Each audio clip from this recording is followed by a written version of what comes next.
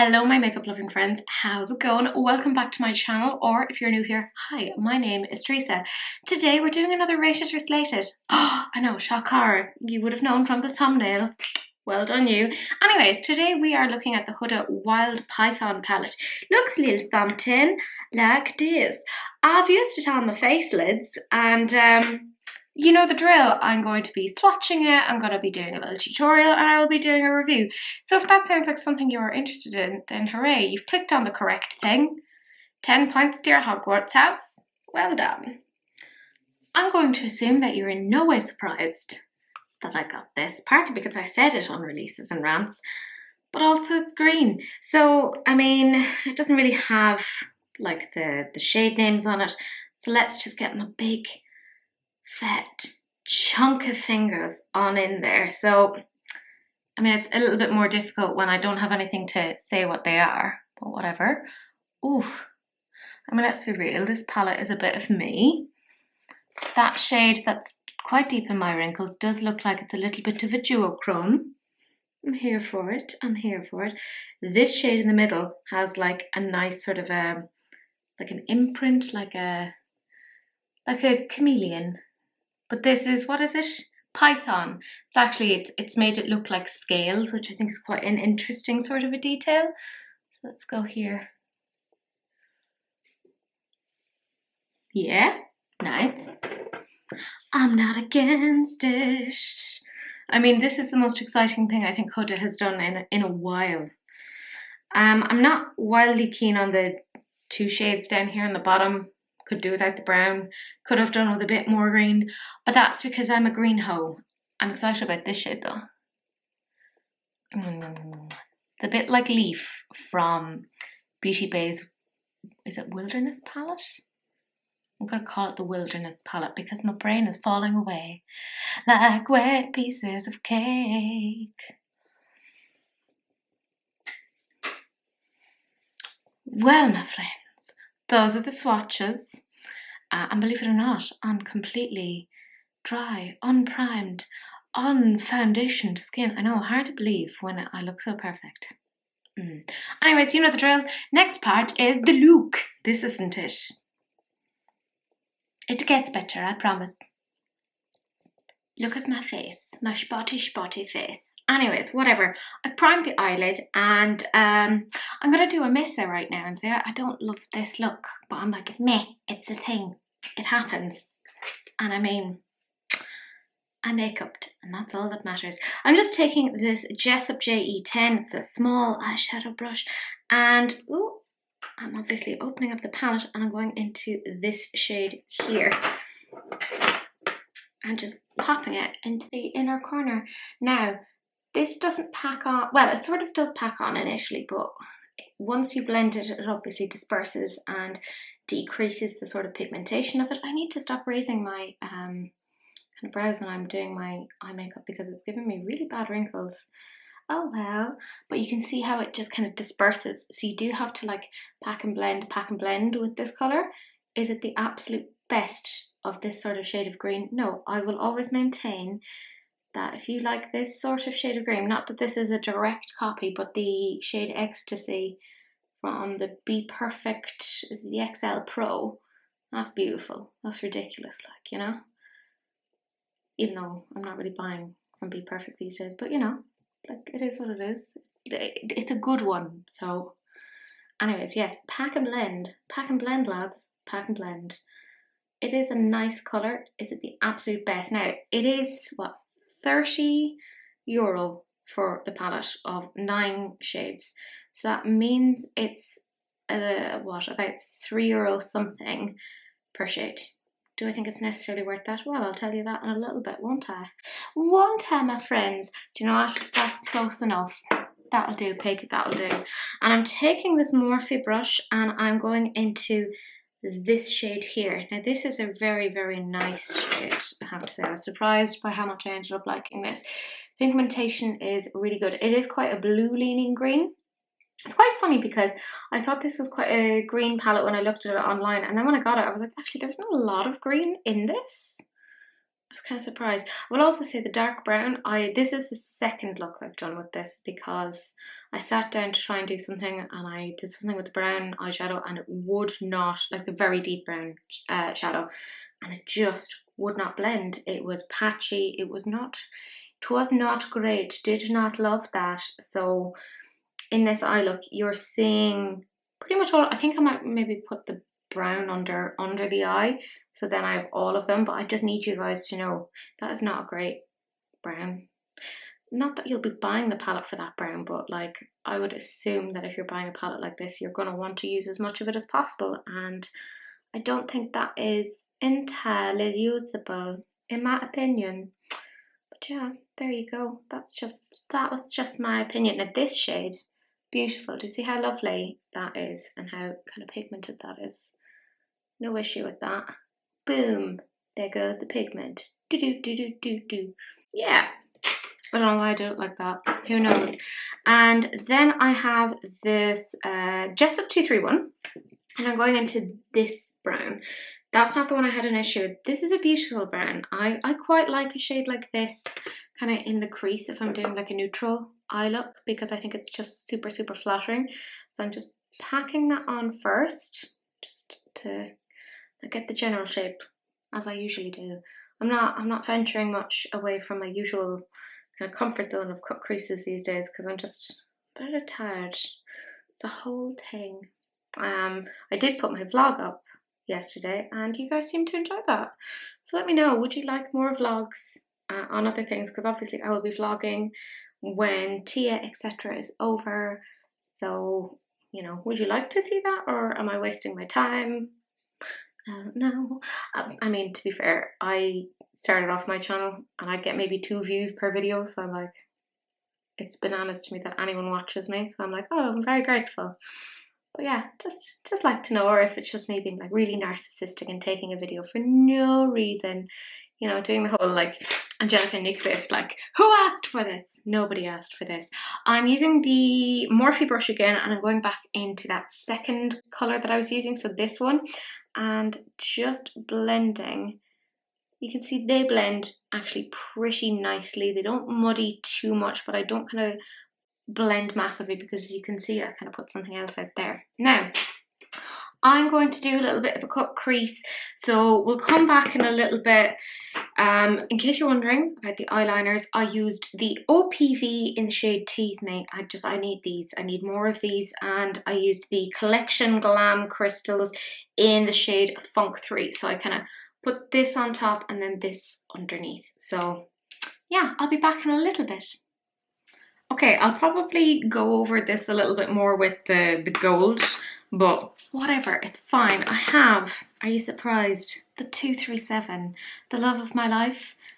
Don't tell Sahil, but I do love it. And I'm going into this shade, the sort of coral, because I thought it'd just kind of be interesting to juxtapose that against the rest.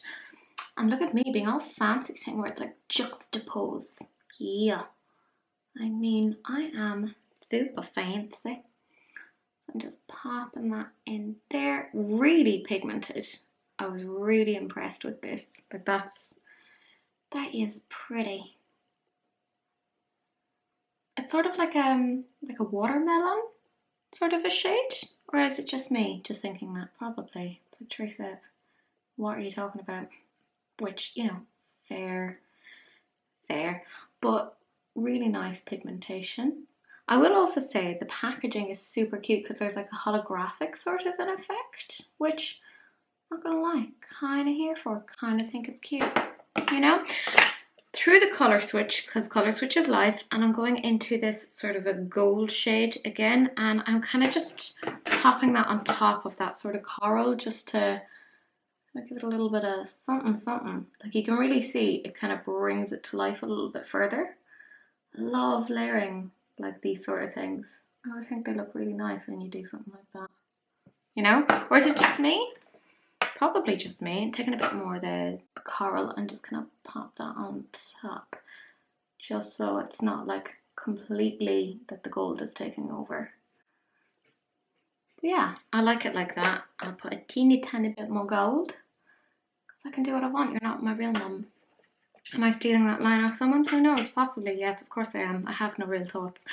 Same brush again, and I'm going into this shade. Now, I did find that this was kind of a little bit hard pressed. It was kind of tricky initially getting the colour payoff, but once you did, it's quite nice. So I think I kind of like loosened it a bit in the pan. That sounds wrong. I hear one of my cats is like clawing at something out in the hallway. That's always a good sign. I assume it's a welcome mat, you know? Which, by the way, if you're a cat mum, you will know that having something like a welcome mat is brilliant in the house because they will just claw at that and you're like, yay, claw this and not the furniture, hurrah! And then you feel all smart because you're like, oh, I thought of something. And they're like, ugh, don't start thinking you're smarter than us human. And then they go and like pee on your bed or something. Cats. Why do we love them? Because they're adorable. Same brush again, and I'm going into this lovely shade in the center.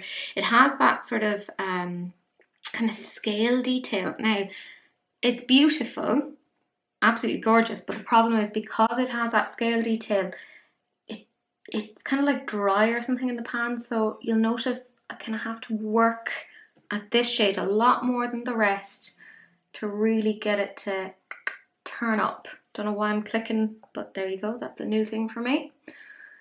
But I'm always developing new things, so are we that surprised? But this is beautiful because there's kind of like hints of like goldy green on that as well. So it is a beautiful, beautiful shade. But I will just say very, very tightly packed. Like, you know, it's kind of, you do have to kind of scrape. There is no chance, I'd say, that after a couple of uses of this palette that you will still have that design on that shade if you're using it, because you have to dig to get that. And I don't know about you, but I find that kind of sad. Is that just me? It's probably just me. Don't know. Same brush again, and I'm going into this shade here. So that's kind of the dark blue. This is very nice. And when you put that over kind of the brown, look, you'll see. I think it's very nice. And if you disagree with me, I mean, that's fine, but you're wrong. I am an expert. I mean, at other stuff, but not this, but you know, whatever. I go in with reckless abandon and enthusiasm. That's all that really matters. I'm a little bit of a song, so, you know. Anyways, that's that with this one. And what I'm going to do is take this dew colour brush and, is there a number on it? Yes. 3. There we go. And I'm going into that last shade again and just swishy, swishy, swirly, swirly, putting it out so that we have kind of it blending into that brown. I mean, it is a lovely kind of a reddish brown, so it's quite nice. Look, you can see why people put like neutrals and browns together. Like they work. Like, I hate to be that person, but they do. So, am I a basic B now? Probably. Yeah. Just call me, I don't know, what's a basic B name? Can't think of one. Basic.